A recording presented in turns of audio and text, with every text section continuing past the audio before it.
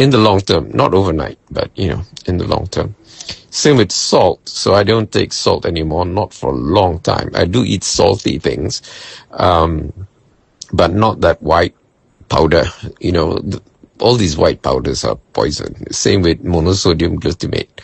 You do have MSG in broccoli, in seaweed, and a whole bunch of other things, but that's in its natural form, and it's very dilute, and it's safe for our body to consume. Our body has been designed to handle it in those proportions, okay? But if you just extract it out and turn it into a white concentrated powder, it's poison. Same with coca leaves and cocaine. When I climbed Machu Picchu, they gave me coca leaves to chew on, and I chewed. It's to prevent altitude sickness, and it's perfectly fine. Didn't make me go high or have hallucinations or go psychotic or anything like that. And then when I asked what these leaves are, they said they're coca, and then I was surprised. I was shocked. Coca, this is the stuff that you make cocaine from? And then, they started laughing at me, and I said, why are you laughing? They said, well, it takes 400 kilos of coca leaves to make 1 kilo of cocaine.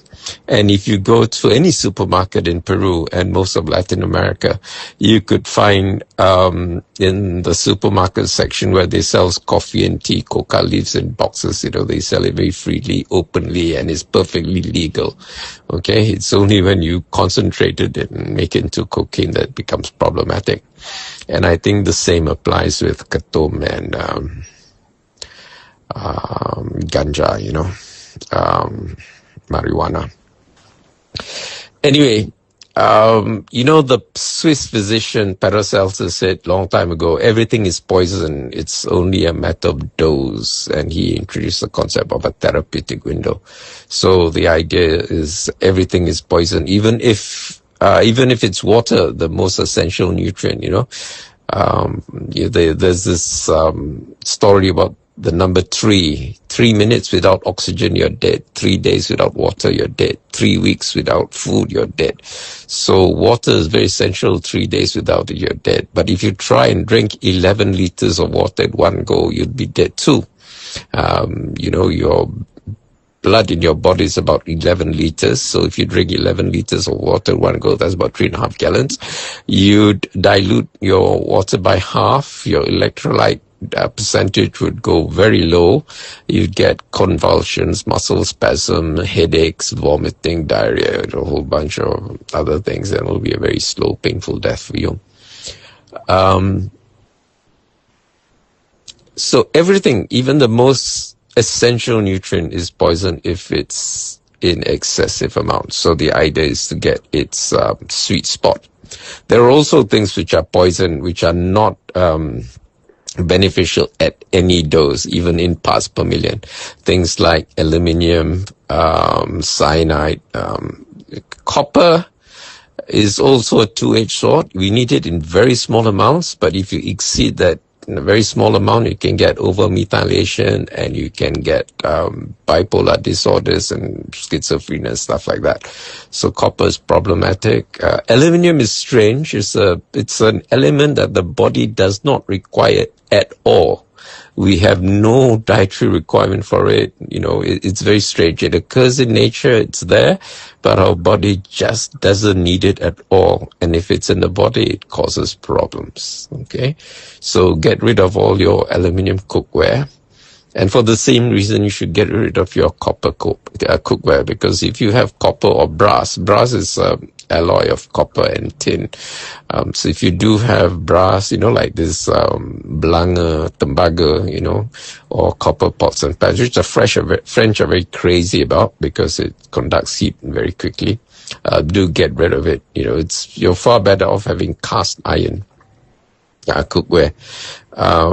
Anyway, you do need copper, but it's very easy to overdose on copper, and it's very easy to overdose on aluminium because no dose is safe as far as aluminium is concerned. So just get rid of all your aluminium cookware. Most rice cookers have an aluminium steel bowl, and the ones which are Teflon covered are the worst, because these Teflons will come off, scrape off, and they are microplastic. Teflon is a plastic of sorts, and it's indestructible. It doesn't biodegrade, so it will become microplastic that will get stuck in your body at the cellular level and prevent lots of physiological processes from happening. And what's worse is Malaysia is the world's dumping ground for plastic. And as people, Malaysians have in their body the most microplastic in the whole world. It's sad, but it's true. And it's about time we wake up to that fact and do something drastic about it. Okay, anyway, Saturday, 18th of October, 2025, I'm going to celebrate 7 years of eating a whole food plant-based diet. The celebration will be at the Malaysian Association for the Blind Canteen. It's in Brickfields in Jalan Tebing off Jalan Tun Sambantan 4. The easiest way to get there is by monorail. It's one stop away from KL Central. Just get out of the monorail, cross the road. There's a traffic light there. And you're at the MAB complex. Just tell the guardhouse you need to go to my function in the canteen and they'll show you the way.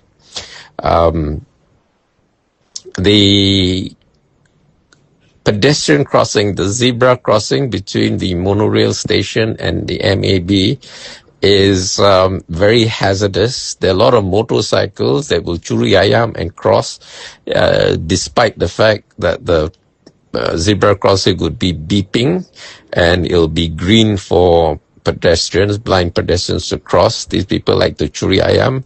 I've smashed a lot of them with my white cane and swore, expletives, choice expletives in half a dozen languages, particularly in Tamil, as well as in Chinese, Malay, English, whatever, because they just don't respect the law. And people who don't respect the law deserve no compassion from me. Okay, I hold them in utter contempt and derision. And there are cars who do that as well. Okay, I've bent quite a number of my white canes when cars zoom past me. Quite annoying. They even do it at the pedestrian crossing at UMMC. There's one particular incident where my cane got quite badly mangled by a car that just zoomed past, even though it was supposed to be red for cars and it was green for pedestrians to cross. So I have no sympathy for these people. I mean, I wish if I were autocratic dictator, I'd put them against a firing squad and be shot because they don't deserve any progeny, I mean, we don't want children of stupid people to be born because they're most likely to be equally stupid or disrespectful for the law, because I think respect for the law is inherited from parental behavior. Children imitate what their parents do. If the parents have a apathetic tidak apa attitude, then the children also will have an apathetic, selfish tidak apa attitude. They'll have a me first attitude, which is bad, because we live in a society, and in society we have to have teamwork, and teamwork is everything. Teamwork is about subordination of self. It's for the good of the group, of society, not for your individual advantage. Okay, so it's for our collective advantage. I made a video about Deepavali. I'll post a link here. There are very few views because it's quite deep, and I think most of our audience, it's above their heads. They wouldn't understand. But the whole point of this channel is to post messages that deserve a wider audience. For those who understand, please, viralize it, spread the word so that more people can understand. For those who don't, please watch it again. Try to get something out of it.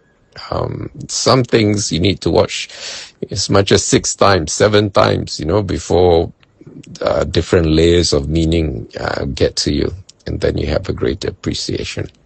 Just like when I watched Cyrus Kambata's video the first time, the impression I got was that intramyocellular lipids was an antagonist to insulin, but it's not. It actually works in a slightly different way. But the net result's the same. Is all ectopic fats are poison in the long run, particularly visceral fat. And depending on